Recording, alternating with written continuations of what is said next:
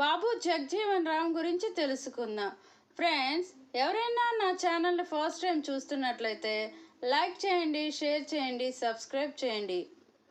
బాబు జగ్జీవన్ రావ్ 27 ఏళ్లకే శాసనమండలి సభ్యుడిగా ఎన్నికై అతి పిన్న వయసులో శాసనమండలికి ఎన్నికైన సభ్యుడిగా రికార్డు సృష్టించిన స్వతంత్ర సమరయోధుడు. 33 సంవత్సరాలకు కేంద్ర మంత్రిగా ఉంటూ తర్వాత భారతదేశ ఉప ప్రధానిగా పనిచేసి దేశంలో ప్రజారాజ్య నిర్మాణానికి నిరంతరం కృషి సాధించిన వ్యక్తి. బాబూజీగా ఆప్యాయంగా పిలువబడే బాబు జగ్జీవన్ రావ్ 1908 ఏప్రిల్ 5న జన్మించారు.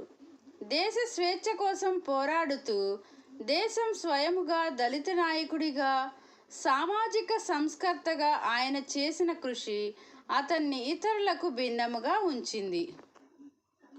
అతను జవహర్లాల్ నెహ్రూ యొక్క తాత్కాలిక ప్రభుత్వ క్యాబినెట్ సభ్యుడు, అతి పిన్న వయస్కుడు, భారత రాజ్యాంగ సభ సభ్యుడు. జీవితము. జగ్జీవన్ రామ్ బీహార్లో అర్రా సమీపంలో చాంద్వాలో భారతీయ కుల వ్యవస్థలోని చమర్ కులంలో జన్మించాడు. అతనికి ఒక అన్నయ్య, సంతాలాల్, 3 సోదరీమణులు ఉన్నారు. అతని తండ్రి సోబీరామ్ బ్రిటిష్ భారతీయ సైన్యం తరపున పెషావర్ నందు నియమించబడ్డాడు. కానీ కొన్ని విభేదాల కారణముగా రాజీనామా చేసి తన స్వగ్రామము చాంద్వాల్లో వ్యవసాయ భూమిని కొనుగోలు చేసి స్థిరపడ్డారు.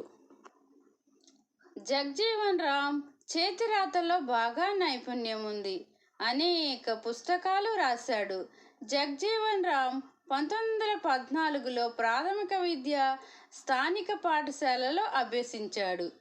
తండ్రి అకాల మరణము తర్వాత తల్లి వాసంతీదేవికి తీవ్రమైన ఆర్థిక పరిస్థితి ఏర్పడింది. 1920లో అర్రాలో అగర్వాల్ మిడిల్ స్కూల్లో మొదటిసారి బోధనా మాధ్యమము ఆంగ్ల భాష నేర్చుకున్నారు. 1935లో అంటరాని వారికి సమానత్వం కోసం అంకితమైన ఆల్ ఇండియా డిఫరెన్స్డ్ క్లాసెస్ లీగ్ అనే స్థాపనలో కీలక పాత్ర పోషించాడు. 1937లో బీహార్ శాసనసభకు ఎన్నికయ్యాడు.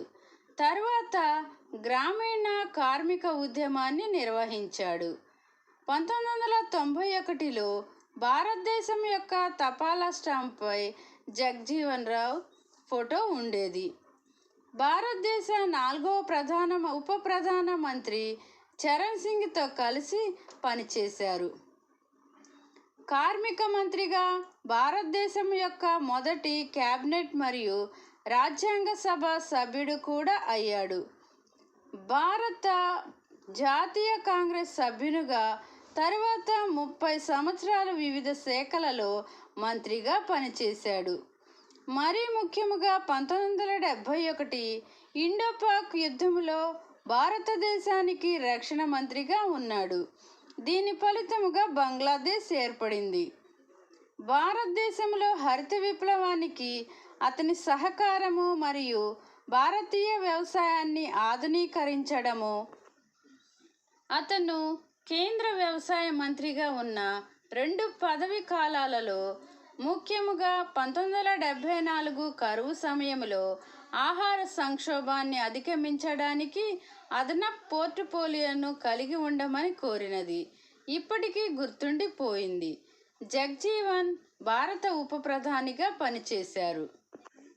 ఫ్రెండ్స్, ఎవరైనా నా వీడియోను ఫస్ట్ టైం చూస్తున్నట్లయితే లైక్ చేయండి, షేర్ చేయండి, సబ్స్క్రైబ్ చేయండి. చదువు కోసం అతను ఎదుర్కొన్న ఇబ్బందులు. 1922లో అర్రా టౌన్ స్కూల్లో చేరాడు. అక్కడే మొదట కుల వ్యవస్థను ఎదుర్కొన్నాడు. అయినా నిరాశ చెందలేదు. పాఠశాలలో గుర్తుండే సంఘటన ఒకటి జరిగింది. పాఠశాలలో 2 నీటి కుండలు ఉండేవి. ఒకటి హిందువులకు, మరొకటి ముస్లింలకు ఉండే సాంప్రదాయం ఉంది. జగ్జీవన్ హిందూ కుండ నుండి నీరు త్రాగాడు. అతను అంటరాని తరగతికి చెందినవాడు అనే విషయాన్ని తెలిపారు. ఆ సంఘటన తర్వాత ప్రిన్సిపాల్ అంటరాని వారి కోసం వేరే మూడో కుండను పెట్టాడు. జగ్జీవన్ 2 సార్లు ఆ కుండను పగులగొట్టి నిరసన తెలిపారు. ప్రిన్సిపాల్ మూడో కుండను పెట్టడాన్ని వ్యతిరేకించాడు. 1927లో బెనారస్ హిందూ యూనివర్సిటీలో చేరాడు. అతనికి బిర్లా ఉపకార వేతనం లభించింది. బిహెచ్యులో ఉన్నప్పుడు అతను సామాజిక వివక్షతకు వ్యతిరేకముగా నిరసన తెలిపేందుకు షెడ్యూల్ కులాల విద్యార్థులను సమూహపరిచాడు. ఫ్రెండ్స్, ఎవరైనా నా ఛానల్ని ఫస్ట్ టైం చూస్తున్నట్లయితే లైక్ చేయండి, షేర్ చేయండి, సబ్స్క్రైబ్ చేయండి. ఒక దళిత విద్యార్థిగా అతను స్థానిక శారశాలలో జుట్టు కత్తిరింపులు, వసతి గృహాల్లో భోజనము దగ్గర వివక్ష వంటి ప్రాథమిక సేవలను నిరాకరించాడు. బిఎస్సి డిగ్రీ పొందాడు. 1931లో కలకత్తా విశ్వవిద్యాలయంలో పట్టభద్రుడయ్యాడు. 1986 జూలై 6న మరణించాడు. వరుసగా 30 సంవత్సరాల పాటు కేంద్ర శాసనసభ సభ్యుడుగా, భారతదేశంలో సుదీర్ఘకాల కేబినెట్ మంత్రిగా రికార్డు సృష్టించాడు. ఫ్రెండ్స్, ఎవరైనా నా ఛానల్ ఫస్ట్ టైం చూస్తున్నట్లయితే లైక్ చేయండి, షేర్ చేయండి, సబ్స్క్రైబ్ చేయండి. మరికొన్ని వీడియోలతో మీ ముందుంటాను. Thank you everyone.